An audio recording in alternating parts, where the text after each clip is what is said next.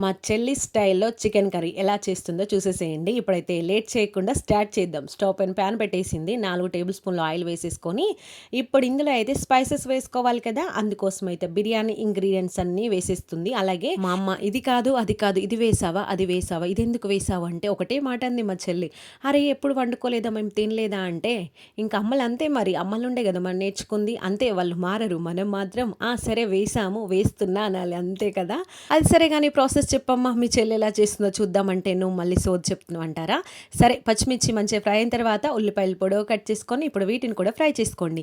మంచిగా golden shade వచ్చిన తర్వాత ఇప్పుడు ఇందులో పుదీనా వేసుకోండి గుప్పెడు. పుదీనా వేసుకొని ఇందులో అల్లం వెల్లుల్లి పేస్ట్, పసుపు వేసిన తర్వాత వీడియో క్లిప్ మిస్ చేసింది.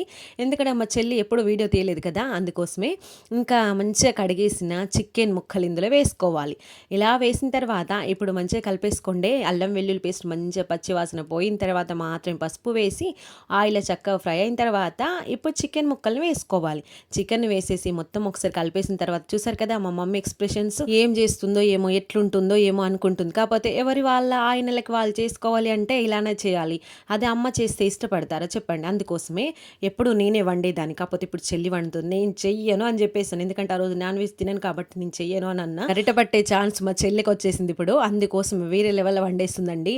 అబ్బా! ఎప్పుడు చూసినా నన్నే కామెంట్స్ చేస్తారు అంటుంది మా చెల్లి. ఎందుకంటే ఎక్కువ వంట రూమ్‌లో ఉండదులే. వాళ్ళ ఇంట్లో తప్పించి ఎవరి ఇంట్లో వండదు మా చెల్లి.